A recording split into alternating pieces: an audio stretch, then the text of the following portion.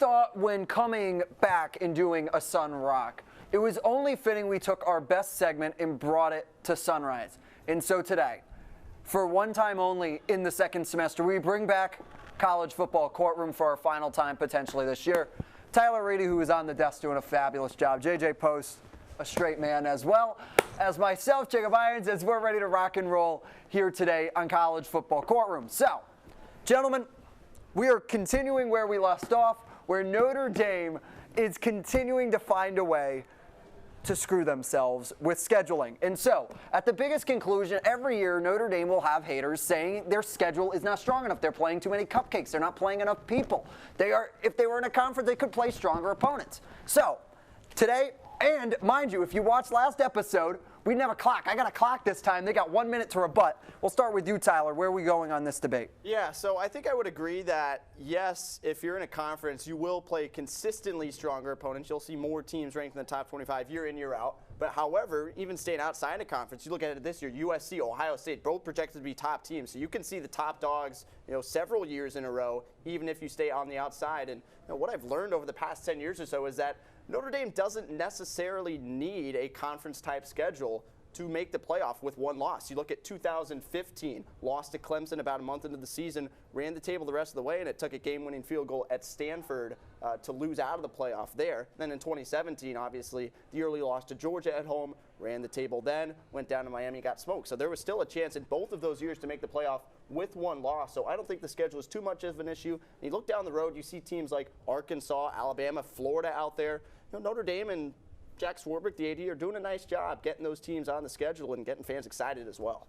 Whoa, we're under. This is ridiculous. We got to bring this clock out more often. JJ, what's your thing? Yeah, I think much of the hate for Notre Dame's schedule, and in general team schedule, when teams get called too soft their scheduling, it's overblown because it ignores the context of these schedules are created 5 years in advance. Yeah, and realistically speaking, true. Unless you're scheduling Alabama or Georgia or insert blue blood team here, you don't know if the actual team is going to be good in 5 years.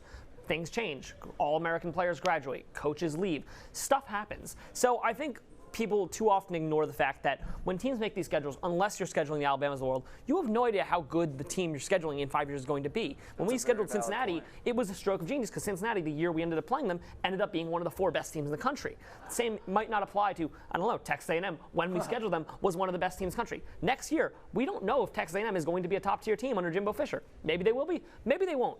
I think there's a lot of context ignored when people say Notre Dame or any other team schedule is too soft. People need to look at when these are created. No one really knows how good these schedules are going to be. They just schedule them for money. I'll allow you one rebut. I can't disagree too much, but bottom line is, even next year and the couple of years going forward, Notre Dame's got a really solid opportunity to make some noise with the schedule. Ohio State and USC. Ohio State is obviously just one next year thing, but USC going forward is going to be really strong. So, even not far out in advance, just in the recent coming years, could really be a strong opportunity for the Irish to make some waves with the Trojans on the schedule and Lincoln Riley doing good things down there. I'm going to have to agree with JJ here. Schedules are just a stroke of luck sometimes. However, let's keep moving forward and let's get going. Preseason All-Americans, baby. Nobody better than the Irish putting up 2, and no shocker, the man, the myth, the legend, Joe Alt himself, someone that JJ took really early in today's blue gold draft between me and himself. He screwed me over, so maybe that's why I might. You screwed yourself over. No. Stop. Order in my court. Order. I took quarterback with the first overall pick. Benjamin Morrison also on there. We'll start with you, JJ. How do you feel about these preseason accolades? Benjamin Morrison also on my blue gold team, by the way. I think you could make the argument that Sam Hartman could be in contention for something like that. If everything clicks right, he is a high-tier quarterback playing for a blue blood program. That is the combination of factors that makes a player get national recognition. But ultimately speaking, I think given the uncertainty in the Notre Dame wide receiver room, given the fact that it is going to be a new offense coordinator, and given the fact that Notre Dame ostensibly under Freeman will be a run-based offense, I don't think I'm too confident that Hartman will be in All-American, because that's a one-player thing. You don't get to be there's not 3 All-American quarterbacks. There's 1. So I don't think Hartman will be the best quarterback in college football next year, even if he is a very, very good one. Yeah. So I think it's pretty fair to say Alt and Morrison are the only 2 consensus All-Americans. I think you can make some fringe arguments. Maybe Estime if he has a breakout year. Maybe Blake Fisher on the other side of the line could have a breakout year. But I think these are players that you're kind of just like, hey, if these guys take the next step, they could be in that conversation. Morrison and Alt, I'd say, are the only 2 players who you look at where they are right now, where they are at the end of the season, and you say these are the guys that I know are going to be playing at All-American level. Everything past that is just maybe these guys develop, maybe they don't. Yeah. Tyler? And I'd have to agree with you, especially with Sam Hartman. You know, the way the college game is trending towards quarterbacks being so elite and so really prepared for the National Football League from an early stage in college, it's going to be really tough, especially in much less of a run and gun Notre Dame type running offense, like you said, to put yourself out there. You know, I will be interested to see, however, with more of a solidified, proven quarterback as opposed to the Tyler Buckner situation last year and then Jack Cohen getting off to the rough start in 2021. Will somebody emerge out of that Notre Dame backfield? Could Audric Estime, just take over and become a 25, 30 carry per game type of guy, putting up 100-yard games left and right? Saw him do it a couple times last year. Maybe Chris Tyree as a pass catcher out of the backfield with Sam Hartman being that asset at the quarterback position could take a leap forward as well. Who knows? But I'm excited to see how this Notre Dame offense develops, and the running backs could get a lot more attention with not only the wide receiver room being much more thin this year and trying to rebuild a little bit, but also looking to replace Michael Mayer. That's a big, big pair of shoes to fill. Mitchell Evans obviously feels like he's in great shape to do it, and I think he'll do a fine job, but running backs are going to be a much bigger key, I think, than a lot of people expect, keying in on Hartman. That's very fair.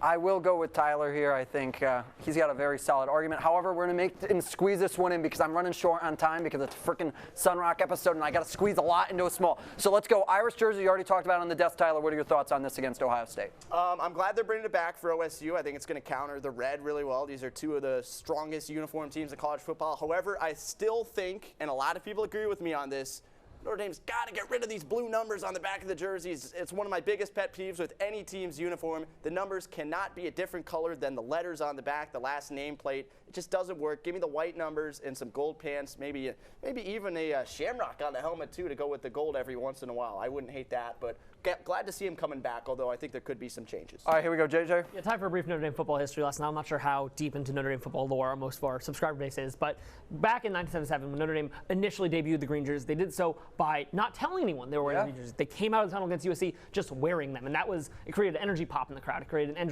energy wave that led Notre Dame to victory in that game. I think that the fact that we use St. Patrick's Day as a springboard to announce it, it's a cool little promo, and it does well with the Fighting Irish moniker, but I think it would have been cooler if we did it against USC and just simply came out and then let the crowd see, oh, we're wearing the green jerseys, it's a big game, let's go, let's get up for it. And to your point about Notre Dame sometimes, or to Tyler's point on the desk rather, about Notre Dame Stadium sometimes being taken over by opposing teams' fans, sometimes struggling to get the top tier atmosphere that you often see teams like Georgia, like Alabama create. Notre Dame Stadium, it's a historic stadium. You do great for fans, but sometimes, as you see here, it gets bad when opposing teams come down in mass. And I think if you had that energy wave that would come with the green jerseys being revealed to the crowd on game day, you might be able to create a little more of that atmosphere that Notre Dame Stadium, while historic, sometimes lacks. No rebut here. Gotcha. Sorry, I'm going to have to go with Tyler here. I like it. I do like the planning. I want to wear green too in support. However, we're going to get it back to the desk with Helen, who's standing by for the rest of the show.